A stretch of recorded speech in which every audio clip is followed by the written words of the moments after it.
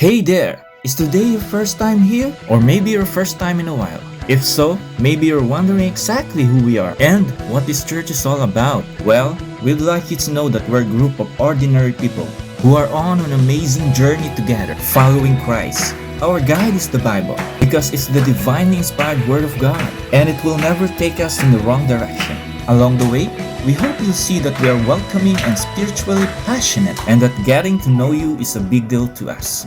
We know that the road is rough sometimes, but we'll work really hard to bring you practical and relevant messages to equip and encourage you through life's ups and downs. We want you to know that we care about this community, and we believe that it's our job to make it a better place. So, no matter who you are or where you've been, we're glad you are with us today, and we hope that you'll join us in our journey, following Christ and living out His plan for us. So, welcome to church.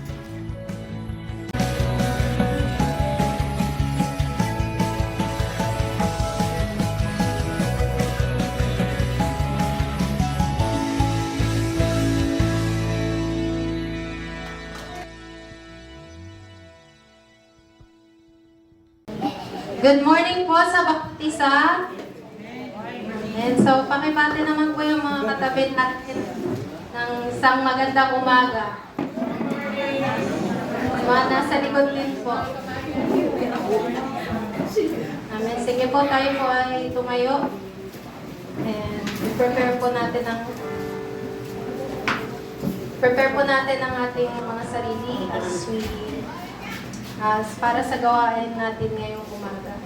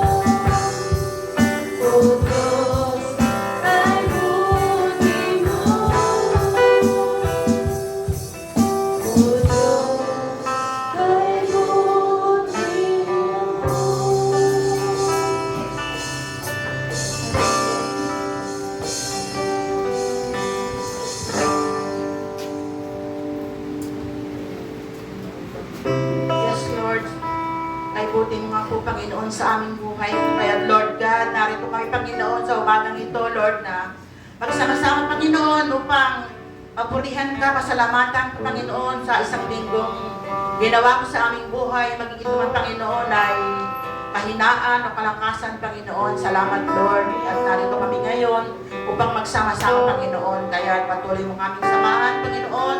Lord God, dalangin namin ang aming mga kapatiran, Panginoon, na wala pa, O Lord God. Ipaalala mo ako, Panginoon, sa kanila na ang araw ng linggo, Panginoon, ay para lang na sa iyo, Panginoon. Kaya ingatan mo sila, Panginoon, ano man ang kadahilanan, Panginoon, ang kanilang hindi pagparito, Panginoon, ay ikaw ang nakakaalam. Dahil sinabi mo, Panginoon, iniisip pa lang namin ay alam mo na, Panginoon, at ano man ang mga problema, Panginoon, gaano man ito kalaki, Panginoon, walang lalaki sa iyo, Panginoon, na nagsusunod ng aming mga problema. Kaya ang kabuuan, Panginoon, ang aming panambahan sa umagang ito ay mapagpurihan ka, pasalamatan ka, Panginoon, at ibigay lahat ang pinakamataas sa iyong pangalan. Kaya patuloy namin ding dalangin, Panginoon, ang mamumuna sa aming pag-aawitan, Panginoon, sa mga tutugtog, Panginoon. Patuloy nga po na, Lord God, ang katalinuhan na nanggagaling sa iyo, Panginoon, ang kanilang makamtan sa tuwing araw ng linggo ng aming panambahan, Panginoon. At Lord God, ang magdadala ng aming mensahe, Panginoon, Sister Emma, Mayra, Panginoon, patuloy mo nga po siyang ingatan, Panginoon. At Lord God, ang makita namin, Panginoon, sa Kanya ay ang nais mong ipating sa amin, sa bawat isa, Panginoon. Kaya, Lord God, ang aming mga puso at tainga, Panginoon, ibukas mo to sa oras na ito, Panginoon, upang lahat ng Kanyang sasabihin, Panginoon, ay aming maintindihan at lalo pa kaming lumalim, Panginoon, sa pag-aaral na iyong salita. Patuloy nga po na ingatan mo kaming lahat na narito, Panginoon, sa umagang ito. Ito po ang aming dalangin sa aming Panginoon noon, ngayon at magpakailanman. Sa pangalan ni Jesus, ito po ang aming dalangin. Amen. Amen. Sa pangapong malakas na palakpak sa Panginoon. Hallelujah. So bago po tayo umawit, gusto ko pong basahin ang verses galing sa Psalms 47 verse 1 to 2. Ito po ay Pinoy version. Lahat ng bansa, pumalakpak at magalak. Kantahan ang Diyos, purihin siya ng malakas. Si Lord ang pinakamataas. Dapat siyang igalang sa buong mundo. Siya ang haring makapangyarihan. Amen. Purihin po ang Panginoon sa paggabat ng kanyang salita. So, kagaya nga po ng sabi sa binasa nating Psalms ay ibigay natin yung best natin sa pagpupuri sa Panginoon.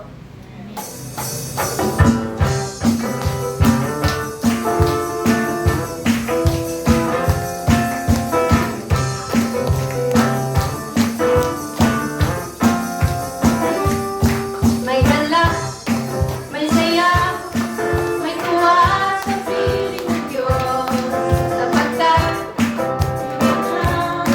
puso ay naglalaho, may awit, may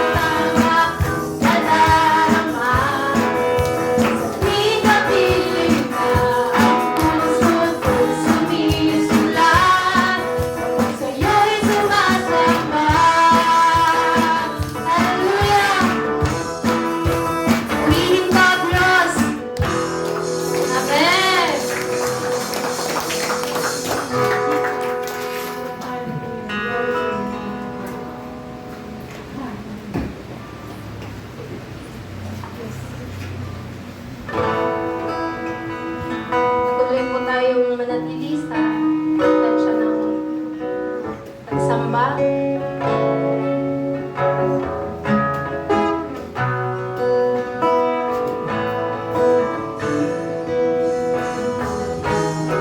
As we sing this song, hayaan lang po natin na talagang i-pour out natin yung pagpupuri natin sa Panginoon.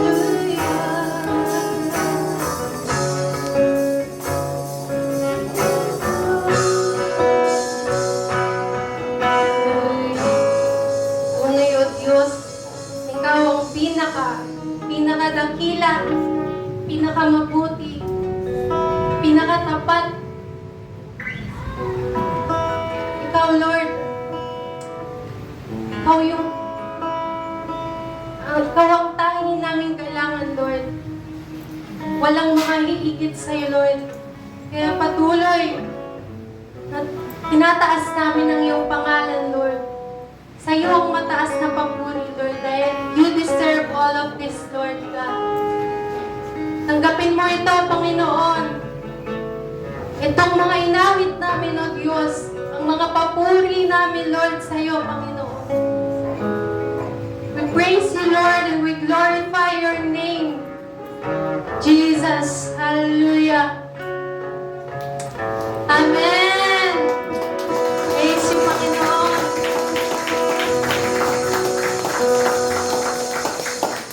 Minsan pa nga po yung malakas na palakpak. Natin sa Panginoon. Amen. Maaari na po tayo makaupo sa presensya.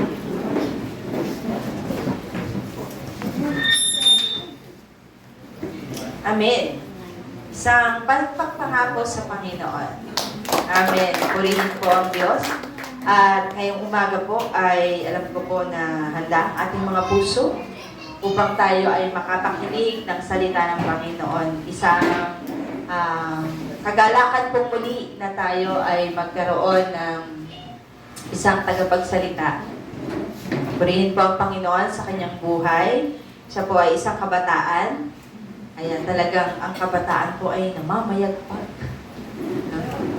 Ayan, purihin po ang Panginoon. We are excited na talagang ang mga kabataan ay gamitin ng Panginoon sa kanyang ubasan. Kaya ang ating pong mensahera ngayon sa umagang ito ay kabataan na dating tahimik. Nakita ko po siya sa SBC na tahimik na young people. But God is so good. Amen. Hindi mananatiling tahimik. Kundi talagang God will use yung voice para magpahayag ng salita ng Diyos. Katulad ni Brother Jigo na nandun lang sa likod, nauuna bang late ng huwag na pa umuwi. Diba? Pero talagang hindi natin alam yung kaparaanan ng Panginoon. But God is so good. Amen. At ang kabataan pong ito ay isang, siya po ang ginamit ng Panginoon para magkaroon po tayo ng outreach doon sa Nasugbu na ngayon ay CTTP Nasugbu na ngayon. At ang ilang mga kabataan natin ay ginagamit din doon. So, siya po ang ginamit ng Panginoon para po magbukas ng gawain doon at ang pamilya po niya ay nag-offer ng lupa para po magamit sa gawain ng Panginoon. At ngayon po may church na po doon. Ako po excited na makarating doon kasi hindi pa po ako nakapunta doon. Sila Jigo, sila Jen, nakarating na po sila doon. Ako hindi pa. Everyday po ako excited na makarating talaga doon. Kaya samahan niyo po akong maging excited na makarating po tayo doon. Nawa po sa susunod na kanilang anibersaryo. We are praying na by next year tayo po ay makadating naman doon sa kanilang church. At siya po ay single. Hindi ko po alam kung siya ay mag-double na.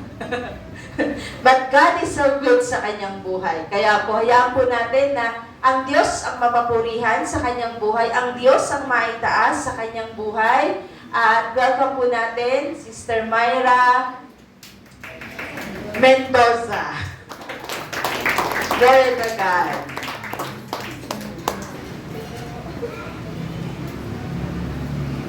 Ayan, good morning, church. Salamat po, Pastor Rasin, sa napakagandang introduction. Totoo po yung sinabi niya, dati po ako tahimik. Pero grabe po talaga yung ginawa ng Panginoon sa buhay ko. Salamat po sa Panginoon. So, first time ko pong mag-i-speak po dito sa CTTV Katuparan. So, salamat po sa Panginoon. So, tayo po ay manalangin. Panginoong Jesus, maraming salamat po sa umagang punong-puno ng pag-asa at pag-ibig na nagmumula sa iyo. Salamat, Panginoon, sa opportunity to speak your word today. Dalangin ko na ang bawat isang nakikinig sa iyong mga salita ay pagpalain mo at madama nila ang iyong mensahe ngayong umaga. Kami po ay tulungan mo, Panginoon, na mag-response sa kung ano ang pagkatawag mo sa amin bilang iyong mga anak.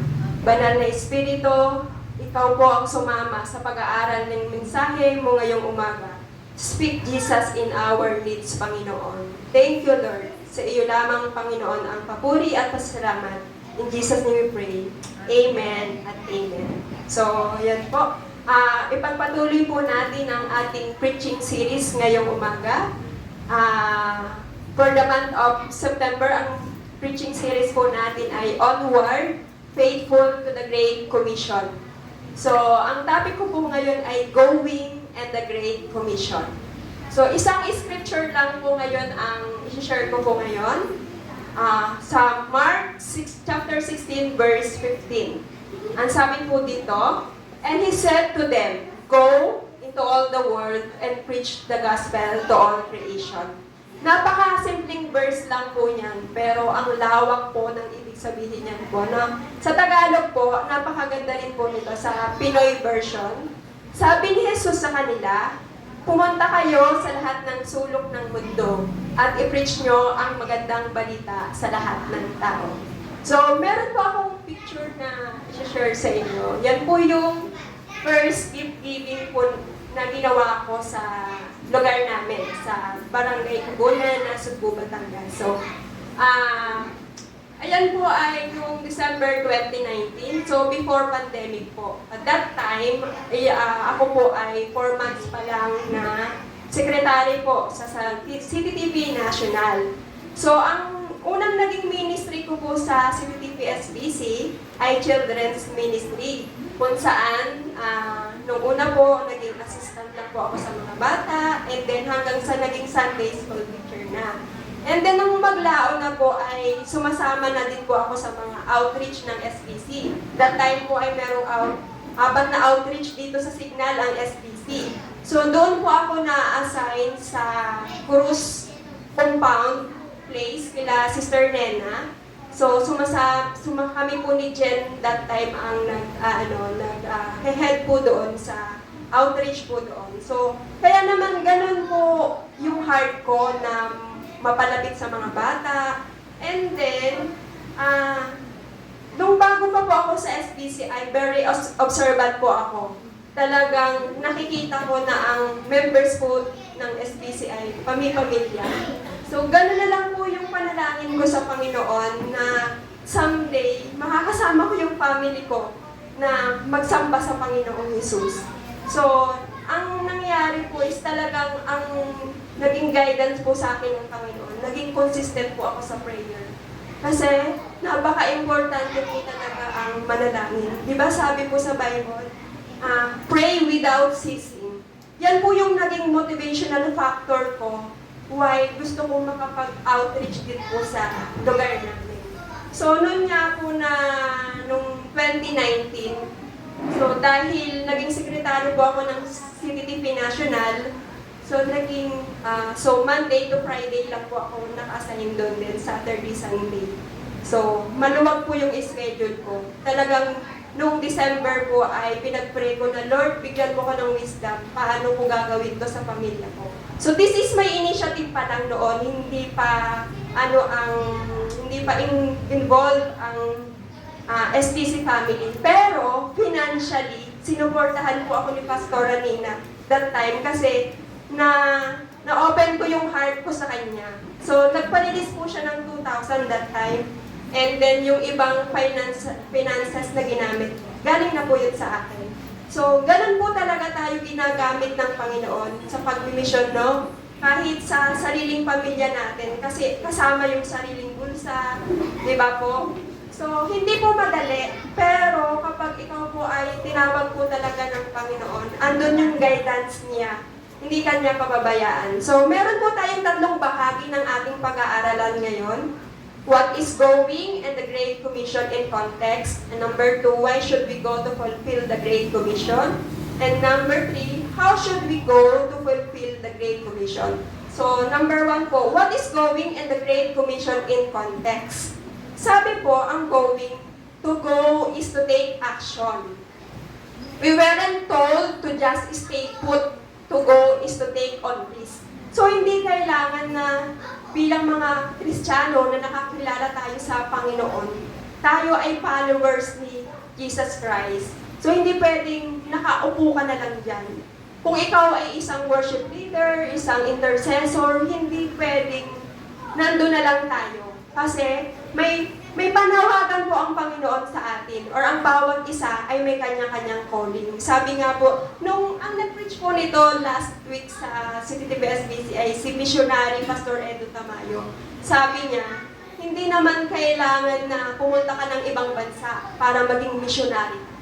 So, pwede kang mag-mission kahit dyan sa kapitbahay nyo, kahit sa mga kaibigan mo, sa mga katrabaho mo, sa mga kabataan na nag-aaral, sa mga estudyante.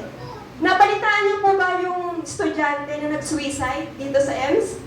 Di ba po, naging malaking, di ba naging ano yun sa heart nyo? Na ang dami nating dapat abutin kahit dito sa ating kapaligiran. So sabi po, ang going in biblical perspective evangelism is to save the lost people. Iwan po natin ang comfort zone natin. Nung nag-gift giving po ako sa amin sa lugar namin. Siyempre, naturuan ko naman na po yung mga pamangkin ko. So siya yung tinuruan ko sila mag-body worship, pero hindi po ako marunong umawit. Di ba po? Frustrated singer po ako. Pero dahil sabi ng Panginoon, kahit sa anong kaparaanan, ay gawin natin kung ano yung pagkakasabi ng Panginoon sa atin na dapat natin gawin. Following Jesus, hindi lang sinasabi, kailangan may ginagawa or action. Laging magkasama po ang going and the Great Commission. Example po yung story of a Good Samaritan sa book of Luke chapter 10. Diba sinabi po din si Jesus mismo, sinabi niya na yung word na go because He want us to go and make disciples. Sabi po sa Luke 10:37, kaya't sinabi sa kanya ni Jesus, kung gayon, humayo ka at ganoon din ang gawin mo. Diba? Sabi ni Jesus, Jesus told us to go and do the same. So, doon po sa story ng Good Samaritan, dahil ang Good Samaritan po ay nagpakita ng compassion. Compassion of heart. At nagpakita po siya ng mercy doon sa taong tinulungan niya. When you go as sa mission field, kung saan ka man ngayon naroroon, or kung ano man ministry mo ngayon, laging magkasama po laging kasama ang compassion at heart at ang pag-ibig ng Panginoon. Dahil hindi po natin yung magagawa kung hindi natin naranasan ang pag-ibig ng Panginoon. Hindi po madali ang mag-minister sa mga taong unlovable. Dahil sa love ni Lord na tinanim sa ating puso, we can do that. Amen po ba? Amen. Go and make disciples. Jesus' greatest command is to love God. Sabi nga po sa Deuteronomy 6 verse 5, mahalin niyo sa Lord ng inyong Diyos ng buong puso at isip, pati buong lakas niyo. Ito ay masigit pa sa pag-ibig natin sa Diyos. Kundi gagawin natin to actively, showing it sa mga unlovable. So, sabi pa sa Luke 6:36, maging mahabagin kayo tulad ng inyong ama na mahabagin. So, pakibalik nga po dun sa first, yung may lifeguard. So, ang naging illustration ko po dito, lifeguard. So, ano po ba yung trabaho ng isang lifeguard? Siya po ay responsible to entire swimming area. Di ba po siya yung nagwa-watch pool in times na merong malulunod or kailangan tulungan sa swimming area. So, tayo po as believers, tayo po nagre-represent yung lifeguard. Ikaw at ako at ang church, tayo ang mga believers ni Jesus. So, yung dagat po, yung swimming area, nagre-represent po yan or nagsisimbolize sa people in the water or yung people na kailangan ng rescue or yung tao na kailangan ng kaligtasan or salvation. So, tayo po ay katulad ng isang lifeguard. Kaya, we must go and make disciples. So, may question po ako dito na pwede nyo pong sagutin sa inyong mga sarili. Or, kung ikaw po ba ay matagal ng Kristiyano, kailan ka nag-share ng gospel sa iyong family, sa iyong relatives or friends? So, pwede nyo po yung sagutin sa inyong mga D-group din po. So, letter B po ay the Great Commission. We must go and preach the only message of salvation. Ano po ba yung message ng salvation? Ito po ay matatagpuan sa 1 Corinthians chapter 15, verse 3 to 4, sapagkat ibinigay ko sa inyo bilang pinakamahalaga sa lahat ang tinanggap ko rin, na si Kristo'y namatay dahil sa ating mga kasalanan, tulad ng sinasabi sa kasulatan. Inilibing siya at muling nabuhay sa ikatlong araw, tulad din ng sinasabi sa kasulatan. So, we must tell the story of Jesus. Hindi lang yung testimony natin kung paano tayo nakakilala sa Panginoon. Dahil ano ba yung pinakamagandang story na narinig natin? Di ba yun yung story ng Panginoong Jesus?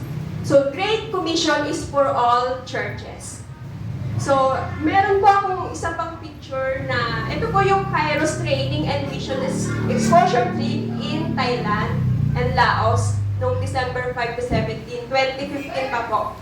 Kasi nakakilala, naging member po ako ng SBC 2013. Pero nag-start po ako mag-church is 2012. So, ayan po yung time na nag-training po ako sa Thailand. 5 days training sa Kairos, wherein pinag-aaralan po yung ibang culture na doon sa Thailand, tsaka sa ibang mga country.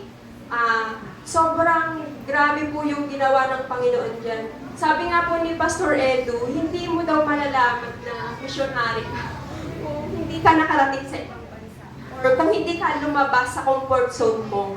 So, dyan po talaga na-burden yung heart ko kasi, di ba, that time hindi pa nakakilala nga yung family ko.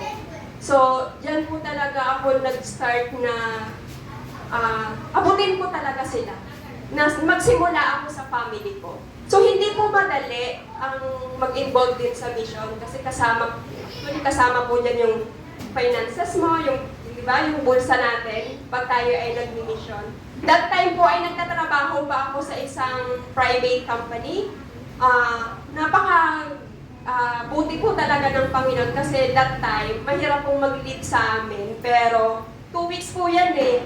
So, pinayagan po ako ng boss ko na makasama po dyan. At purihin po ang Panginoon. At nung nagpunta po kami sa Laos, ay nag-smagan po kami ng Bible.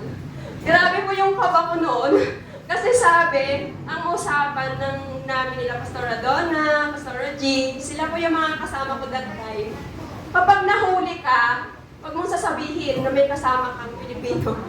Diba? Hindi po madali. Pero dahil sa kabutihan ng Panginoong Diyos, nagtagumpay po yung gawain na yan. Nakapag-smagan pa po kami ng Bible. Ang ginawa po namin, yung Bible po. Kasi from Thailand po ay mga 3 to 4 hours na travel to Laos. By bus lang po yun. So, yung pong Bible ay, ano na po yun, converted na po yun sa language ng Laos. Pero bawat po talagang kahit mga Christian materials lang po ng mga books, bawal po magdala talaga. Pero napakabuti ng Panginoon dahil ang ginawa po namin, ilagay po namin yun sa luggage namin.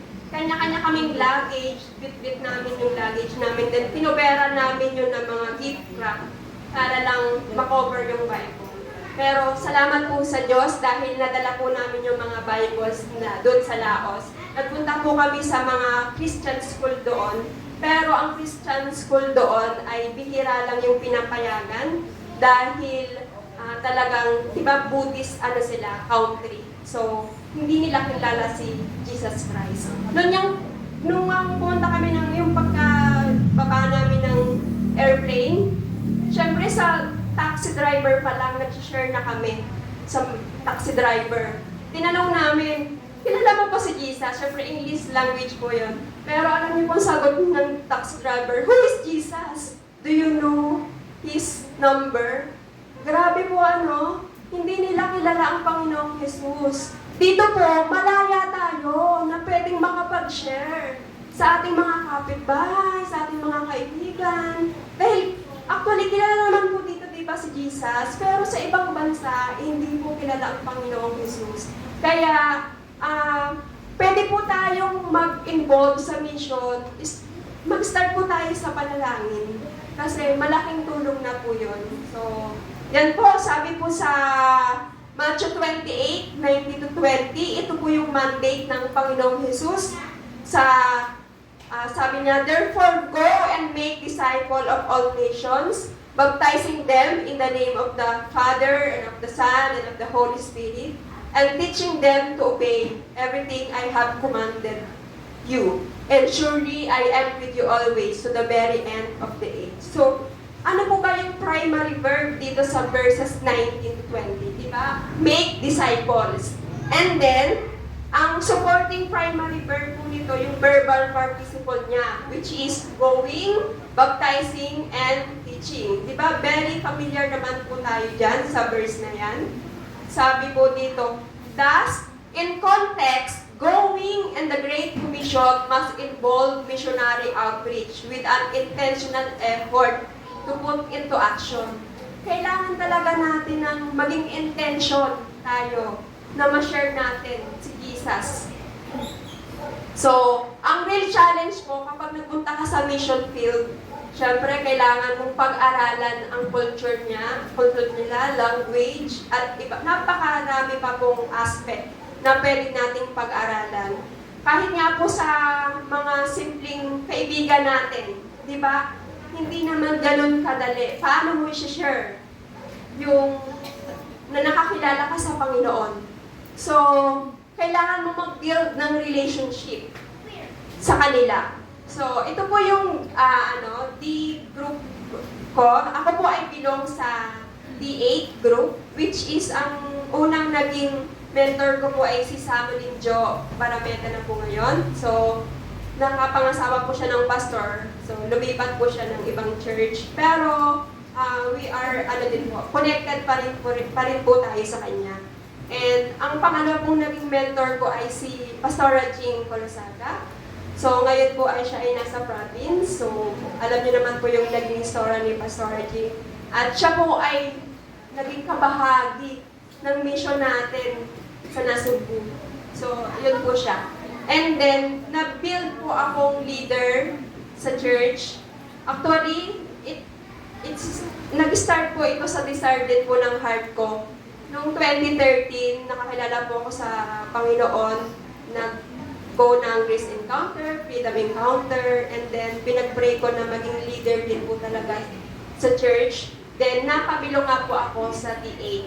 And ito po yung dinidisciple ko po ngayon. Meron po kami dalawang group, Come and See and Follow Me. Pero dahil napakadami na po ng T8 ngayon at before naman po umalis si Pastor Jing ay na-disciple niya kami ni Grace, Sister Grace Ramos. Dalawa po kaming leader sa D8. So, si Grace po ay may hawak na Come and See and Follow Me din. So, ako din po ganon. Ang apprentice ko po ngayon sa Come and See ay si Sister Ella. Transfer po siya sa ibang church dahil nagtatrabaho po siya dito ngayon sa Makati. So, napabilog po siya sa amin sa D8.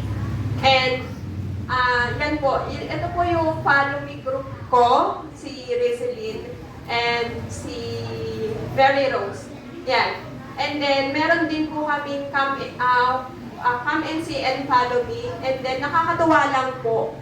Kapag ikaw po ay naging seryoso sa pag-disciple, mag-connect ka sa, nakabuild ka na ng relationship mo sa ka-group mo, madali na po sa kanila na hindi mag-skip ng aming D-group meeting. Pag minsan nga po nagpapaalam ako, syempre minsan may mga event din po akong pinupuntahan. Sila na mismo ang nagtatanong sa akin na, Ate Mai, kailan yung D-group meeting natin? So, ang ginagawa ko po, pag wala kaming face-to-face meeting, ay talagang nagkakaroon po kami ng online meeting through Messenger or via Zoom. So, yan po. At nakakatuwa lang po ay nabibuild na din po yung mga ibang D8 namin. Si Raylene po ay leaders na din po and nag-head na din po siya ngayon sa Children Ministry. Yan po yung ginagawa ng Panginoon sa pagdi-disciple po sa D-group namin. So, inaalagaan natin sila sa kanilang connection sa Diyos at Espiritu upang ang kanilang relasyon ay patuloy na lumago. Tinutulungan natin sila na maging disciples ni Jesus. At kasabay nito, we equip them to make disciples of others. So, ang number 2 point po is, why should we go to fulfill the Great Commission? So, you should go because Jesus told you to go. Amen po ba? Amen. So, pero kaakibat po nito ay ang obedience. Ang plano ng Diyos ay kasama ka at ako na sumunod sa Kanya. Iba-iba po ang gifts na ibinigay sa atin ng Diyos. Kaya pagyamanin po natin kung ano yung gift na binigay niya sa atin. Na hindi lang tayo nananatiling nakaupo. So, naniniwala ka ba sa Great Commission? Amen po ba? Amen. So, let's go and evangelize. Naniniwala ka ba sa Diyos? Amen. So, hindi po natin kasi magagawa ang Great Commission kung wala tayong pagkakilala sa Panginoon. Sabi nga po sa Matthew 28:19-20, ito po ay command with a promise. Diba? Sabi ni Hudson Taylor, siya po ay isang missionary in China, the Great Commission is not an option to be considered. It is a command to be obeyed. Pwede po ba nating ulitin? The Great Commission is not an option to be considered. It is a command to be obeyed.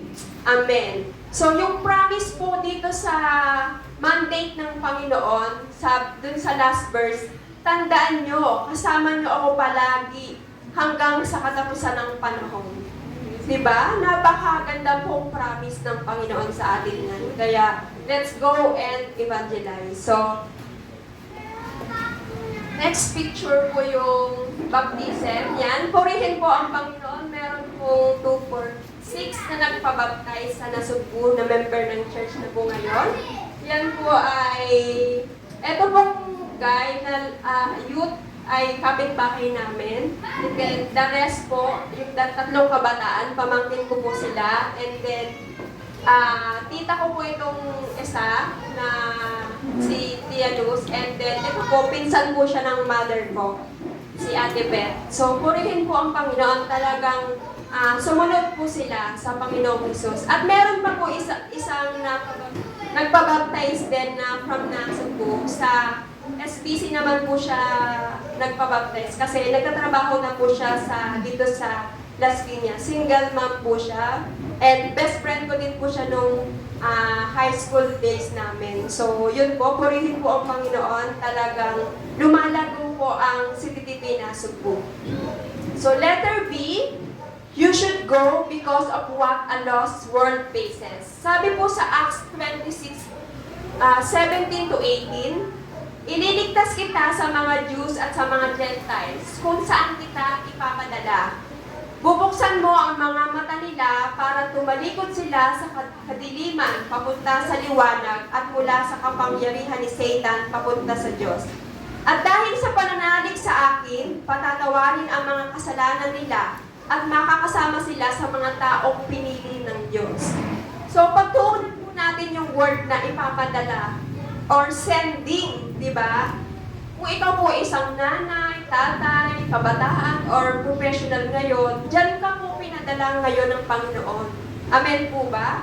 So, meron po ako ditong picture ng ginagawa ko na evangelism. Ako po ngayon ay nasa business industry ng health and wellness. So, kung saan, hawak ko naman po yung oras ko.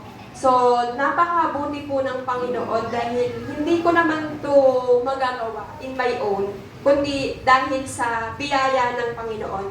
So, every time po na mag-share po ako ng business sa kanila, hindi ko po nakakalimutan ang mag-share po ng Word of God or maipakilala sila sa Panginoong Jesus. Ito pong nasa right side ko na picture, yan po si Tita Rich Yamasaki. Ang asawa niya po kasi ay Japanese, kaya Yamasaki. So, taga-Upper Bikutan po siya. So, nasharean ko po siya ng ng gospel using the mabuting balita. Meron po tayo niyan sa CTTV National. Yan po ay ginawa ng ating mga leaders ng discipleship and sa CTTV National. So, lagi po akong may dala niyan sa aking wallet. So, marami po yan. So, kung meron po akong pagkakataon talaga na ma-share ko ang Panginoong Jesus, nag-share po talaga ako. And of course, hindi po yan ma-share kung hindi ako nakakapag-build ng relationships sa kanila. And nakakatuwa lang po, lately lang po kasi lang to, mga 2 weeks ago po. So, nakakuha po ako ng appointment sa kanya dahil hindi ko po siya ma-invite sa church dahil siya po ay PWD. So, 10 years ago po ay na-stroke siya. So, nahirapan na po siyang maglakad. So, ang gagawin po namin ay kami pong D8 ay pumunta sa bahay nila para magkaroon ng DBS sa kanya.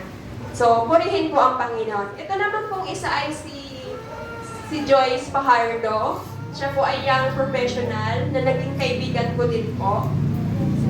Nakakatuwa lang po na hindi man sila nag-adapt dun sa sinishare kong business, pero naging kaibigan ko po sila. So, naipakilala ko po ang Panginoong Jesus. Hindi pa rin po siya nakakapag-church physical sa SBC, pero nag-a-attend po siya sa online service. Nasa Cavite po siya ngayon, and every time na magdi-devotion ako ay sinishare ko sa kanya yung devotion. So, nagkakaroon kami ng communication pa rin. At sobrang thankful siya dahil nakilala niya ang Panginoong Jesus. So, purihin po ang Panginoon. Ano man po yung ginagawa natin, whatever we do it for the glory of God. Amen po ba? Amen. So, mayroon ka bang personal na relationship kay Jesus? Amen po ba? Amen. Lumalalim ba ang iyong personal na relationship sa Panginoon? Amen. So, yan. Makakapag-evangelize po tayo ng tuloy-tuloy. Talagang lumalalim po tayo ang relationship natin sa Panginoon. So, letter C, you should go and fulfill the Great Commission because of what going will do for you. Sabi po dito, it gives you the joy of seeing people emerge from the darkness and into the light. It glorifies God when one soul responds to God's invitation for salvation. And seeing the fruit of God's labor will give you joy from within. Di ba sa mga nakasama na sa Nasugbu, di ba naranasan din natin yan? So, ito po yung picture. Alam ko po na naging kabahagi din po ang CTTP Katuparan dyan sa gift giving and evangelism at Nasugbu yan po yung December 18, 2021 during pandemic. Yan po yung dyan po nagsimula yung gawain sa Batangas. Wherein tayo po ay pumunta sa kanila para magkaroon ng gift giving and evangelism sa mga bata at sa mga nanay at mga katatayan doon. So, purihin po ang Panginoon. Diyan po nag-start ang gawain sa Nasugbu. And then, at nagtuloy-tuloy na po. At ngayon nga po ay meron ng church doon. So, ang number 3 point po ay, how should we go to fulfill the Great Commission? Letter A is, by understanding the prerequisite of going and the Great Commission. Saved and baptized. So, ito po talaga yung mga tayo, yung na-save na at saka na-baptize na. And then, sending church and mission partners. Ang CTTP po ay meron po tayong mga missionary na pumupunta po sa ibang bansa. Tulad niya po nila Pastor Pearl, di ba po, nasa Morocco. So, partner din po natin po yung Christ sa Thailand Mission. Then, si Pastor Edu sa Cambodia.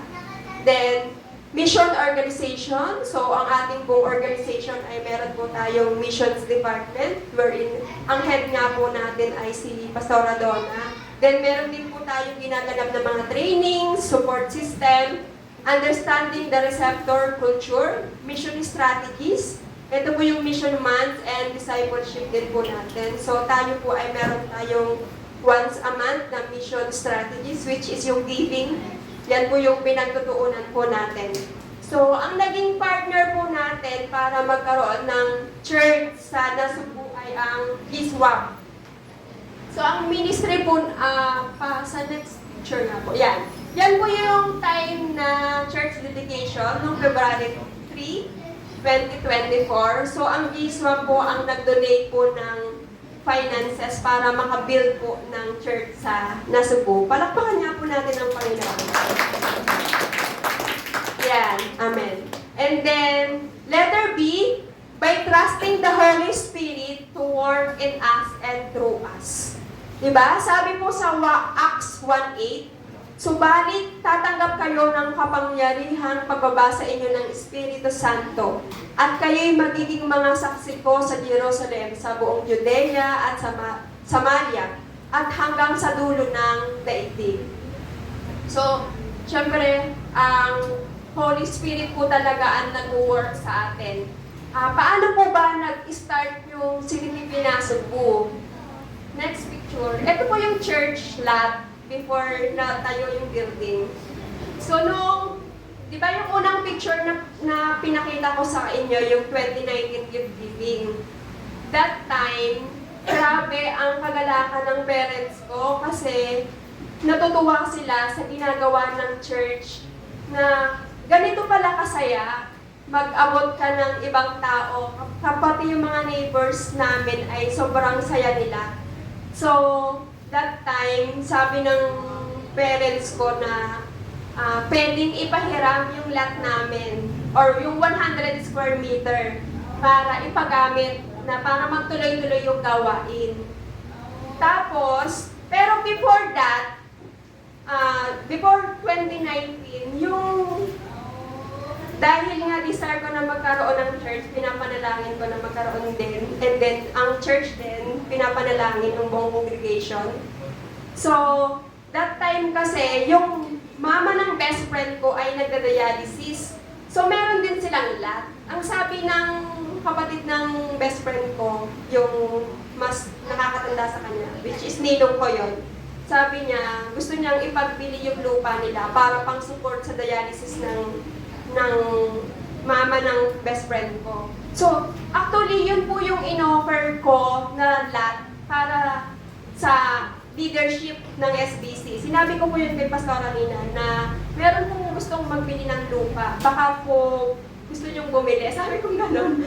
Pero, syempre, ang sinagot po sa akin ng leadership that time, sabi po ni Brother Doming na okay naman yun, pwede naman bumili. Pero, ang gusto nila is sa member.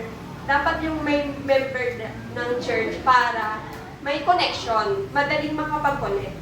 Pero, tuloy-tuloy lang po ako na ipanalangin yon. And then, nakakatuwa lang dahil ang before pa yan is ang plan talaga ng leadership is ang pinapanalangin po talaga ng mga roon ng church planting ay sa lugar nila Sister Lubino Rosales sa Batangas. Dahil ang D1 po ay actively din na nag-minister po din doon sa lugar na yon. So, pero alam ko po na na ang Holy Spirit po talaga ang nag-work dito sa CTTP Nasugbu. At yun nga po, noong sinabi ko po kay Pastora Nina noong 2020, di ba 2019 na gift-giving, noong December, tapos January, na-hospital po yung tatay ko that time.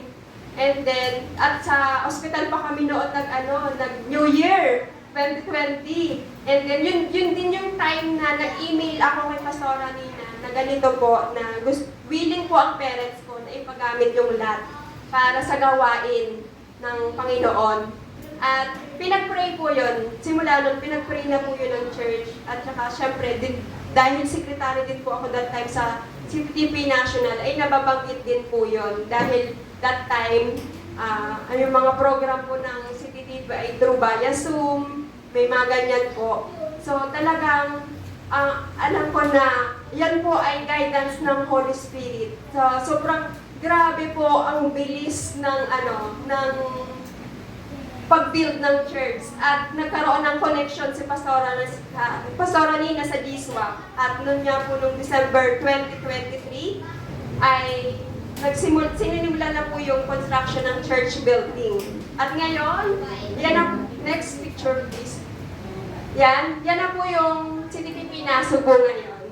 So, purihin po ang Panginoon dahil ang CTTP Katuparan ay naging kabahagi din po yan. At ngayon, tuloy-tuloy pa rin po ang gawain sa Panginoon.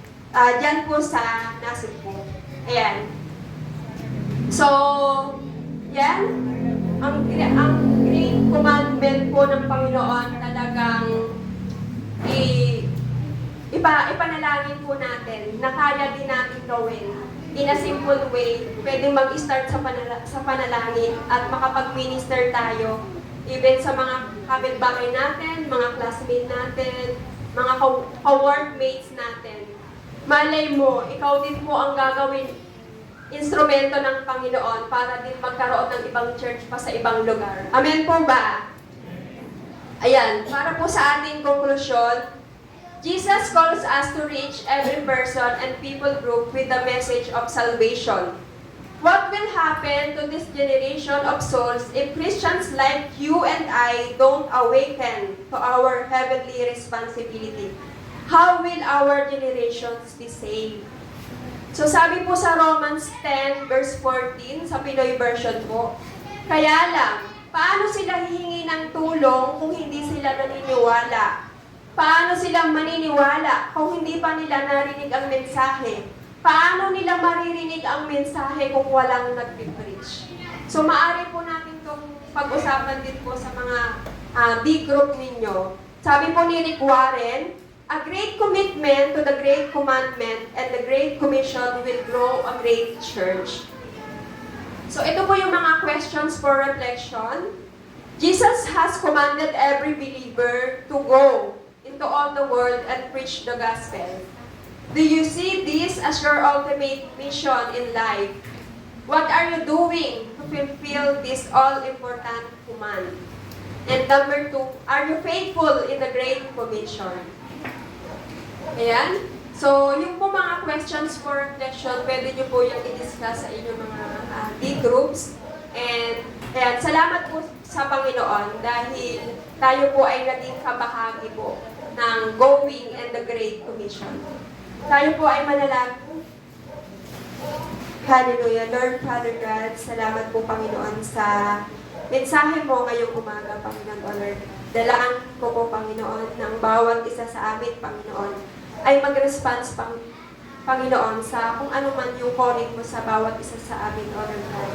Hayaan mo, O Diyos, Panginoon, na kami, Panginoon, ay mag-minister, Panginoon, sa aming mga relatives, sa aming mga kaibigan, sa aming mga kapitbahay, O Lord God. At kung saan mo man kami, Panginoon, dalahin, Panginoon. Send us, Panginoon, O Lord God, para ma-fulfill namin, Panginoon, ang Great Commission, O Lord God. Salamat din po, Panginoon, sa mga kapatiran dito sa CTTV Katuparan, O Lord God. Hayaan po, O Diyos, na lumago sila sa iyo, Panginoon, O Lord God. Magawa nila, Panginoon, kung ano man, Panginoon, ang pagkatawag mo sa kanilang Panginoon, O Lord God. Salamat sa iyong sa iyong kabutihan, sa iyong faithfulness sa aming mga buhay, Panginoon, O Lord God. And Lord, I pray din po, Panginoon, sa mga nangangailangan din po ng healing sa aming mga kapatid dito, Panginoon, O Lord God. I pray healing upon healing, Panginoon, O Lord God. Hayaan po, O Diyos, na kami, Panginoon, ay makita mong faithful, Panginoon, sa gawain mo, Panginoon, O Lord God. Hayaan mo, Panginoon, na magampanan namin, Panginoon, ang aming mga misyon sa aming kapaligiran, sa aming bansa, Panginoon, O Lord God, at sa aming church, Panginoon, O Lord God. We pray, Panginoon, na we grow as disciple-making church, Panginoon. Salamat sa iyo, Panginoon, O Lord God. Sa iyo lamang namin itinutumig, Panginoon, ang gawain mo, Panginoon, O Lord God. At hayaan mo, O Diyos, Panginoon, na ang iyong banal na Espiritu, Panginoon, ang siyang kumilos sa buhay ng bawat isa sa amin, O Lord God. Sa iyo lamang, Panginoon, ang papuri at pasalamat. Sa pangalan ni Jesus. Amen.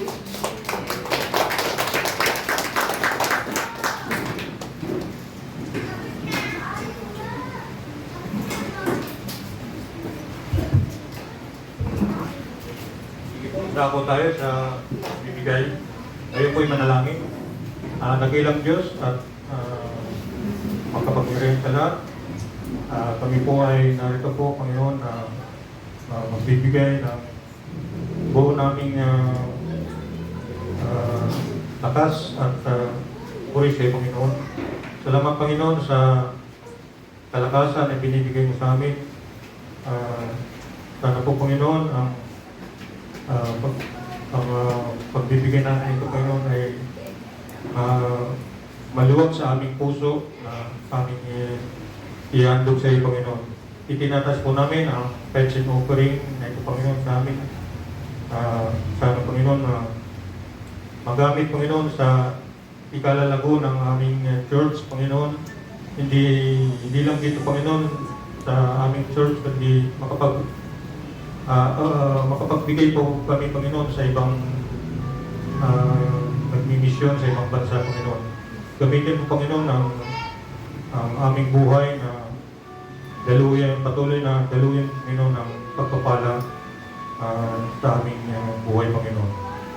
Ganun din, Panginoon, sa mga naghahanap pa ng kasalukuyang naghahanap pa ng trabaho, Panginoon, sa ngayon. Bigyan ng po ng ikaw po, Panginoon, ang mag-provide sa kanya ng kanyang magiging trabaho, Panginoon. Ganon din, Panginoon, sa mga nagtatrabaho, Panginoon. Nawa po, Panginoon, na maging pagpapala sila sa Panginoon sa kanilang pinagtatrabuhan, maging productive sila, Panginoon, at maging hindi reklamador na trabador, Panginoon. Ganon din, Panginoon, sa mga self-employed, mga may business, Panginoon. Bigyan mo sila ng mga kliyente, Panginoon, na pagbibigyan na pagsisiran ng ganito.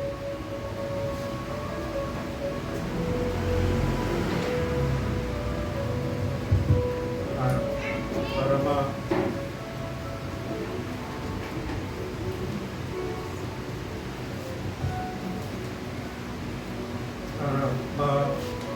mapagkasira ng kanilang negosyo, Panginoon, anumang business, Panginoon.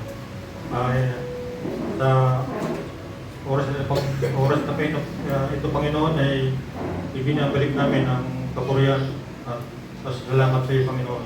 Sa iyo lamang po, Panginoon, ang kapurihan. Ito ang samot namin sa matamis na pangalan ni Jesus. Amen.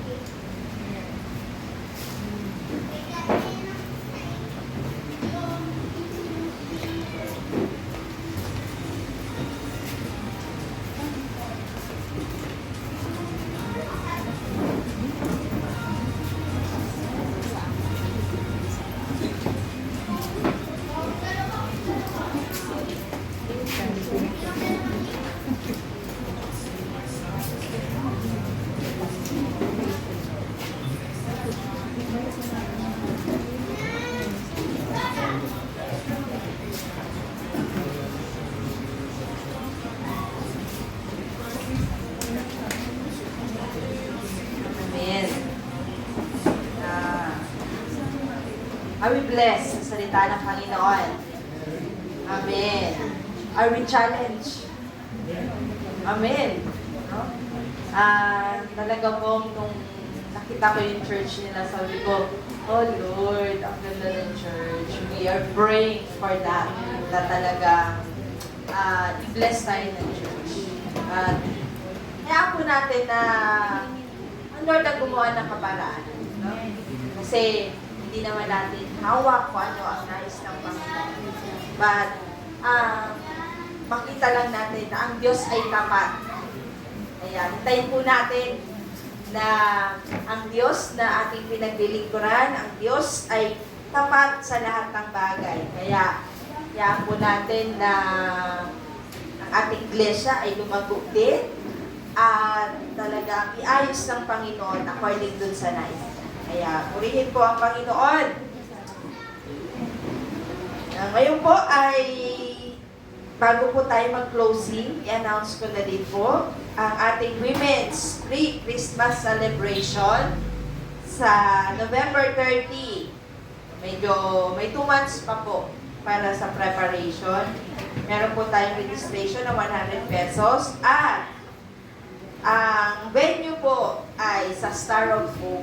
So malapit na po. Tatawid lang po tayo sa kabila. C6, di ba po? C6. Bago po dumating. Sino po namimili sa Taytay? Malayo na po yun. Dito pa lang po tayo. So malapit po. Pwede po alam ko pwede e-bike dun. Dumaan. No? Pwede. Pastor Coruña yun. Opo, yun. Kina Pastor Gani Coruña. Star of Hope, sa may, malapit, alam ko po ay Barkadahan Bridge, Taytay Rizal. Napakalapit po. Kaya-kaya po natin yung sa e-bike. Pwede po, alam ko pwede mag-e-bike doon eh. Kasi sila siya, alam ko nakakarating daan. Kaya, ang lapit lang po natin, kabilang, kabilang kalsada lang ba, kumbaga. Nawa po maka-attend tayo kasi ang ganda po ng celebration na gagawin doon. So maghapon po ulit, pack lunch, at 100 pesos lang naman yung registration. May raffles, may games, may enjoy po ulit natin yung celebration doon. Bagamat ang music ministry ay merong retreat, pero po kaya naman po namin dumaan. Maaga po kami matatapos, kaya makaka-attend pa rin po kami. So, dito po, para po sigurado maka-attend tayo, magpa-pre-reg po tayo kay Ate Rose. 100 pesos ang registration, so 2020 para sigurado po maka-attend po kayo. So, all invited, women, young adult, yung mga singles 18 and above. Hindi lang po mga nanay, even yung mga singles po ay makaka-attend. Kaya po, excited po tayo na maka-attend po tayo sa gawain ng Panginoon, lalo na po sa mga kababaihan. Sige po tayo ng lahat ay tumayo at tayo po ay magwakas sa panalangin. Hallelujah, purihin ka Panginoon. Aming Diyos, salamat po sa umagang ito. Salamat sa iyong mga salita na kami po ay na-encourage. Kami po, Panginoon, ay nagkaroon ng kamalayan upang kung kami ay tinatawag mo, Panginoon, to do the mission, O Lord God. Panginoon, ngayon pa lamang po ay confirm in our heart, Panginoon, na talagang gawin po namin ito, O Diyos. Kung saan po kami gustong ilako ang aming mga paa, ang aming mga isipan, Panginoon, ay hayaan mo, Lord God, na ngayon pa lamang po ihanda mo ang aming mga puso upang kami ay magamit, Panginoon, kung sa aming mga kamag-anakan, Panginoon, sa province. Lord, let it the way, Panginoon, kung paano kami makakapag-minister sa kanila, sa mga kapitbahay namin, Panginoon. Ngayon pa lamang po, ilagay mo sa aming puso kung sino po, Panginoon, sa kanila ang una naming pagmiministeryohan, aming Diyos. Kaya po, Panginoon, salamat ngayong umaga sa mensahe mo. Salamat, Panginoon, dahil sa maliit lamang, Panginoon, na desire, nagkaroon ng malaking pag-asa. Kaya po, Panginoon, alam po namin na ang iglesyang ito ay hindi mananatiling ganito, Panginoon, kundi lalago, dadami, Panginoon, at higit sa lahat, aayusin mo, Panginoon, according dun sa nais mo. Lord, anuman pong hadlang sa iglesyang ito, Lord, amin pong dinadalangin, Panginoon, ngayon pa lamang po, make the way, O Lord God. Hindi maging hadlang ang mga bagay na yan, Panginoon, kundi, O Diyos, gagawa at gagawa ka, Panginoon, ng kaparaanan upang ang iglesyang ito ay magkaroon, Panginoon, na magpatuloy, Panginoon, at mapunta, Panginoon, sa Christ of the Philippines, O Lord God. Panginoon, salamat po. Salamat aming Diyos. Kaya po, Panginoon, purihin ka, luwalhatiin ka, Panginoon, sa aming kalagitnaan. Ikaw ang maparangalan sa aming buhay. Ikaw ang magpala sa amin sa buong linggo. Ingatan mo ang bawat isa, Panginoon, sa bagyo, Panginoon, na darating o nandito na o darating pa lang, Panginoon, hindi kami mabahala, Panginoon, kundi sa iyo, O Diyos, ang aming bukas. Sa iyo ang aming araw, Panginoon. Purihin ka, O Diyos. Maluwalhati ka, aming Ama. Sa pangalan ni Jesus, kasama ng Banal na Espiritu. Amen at Amen.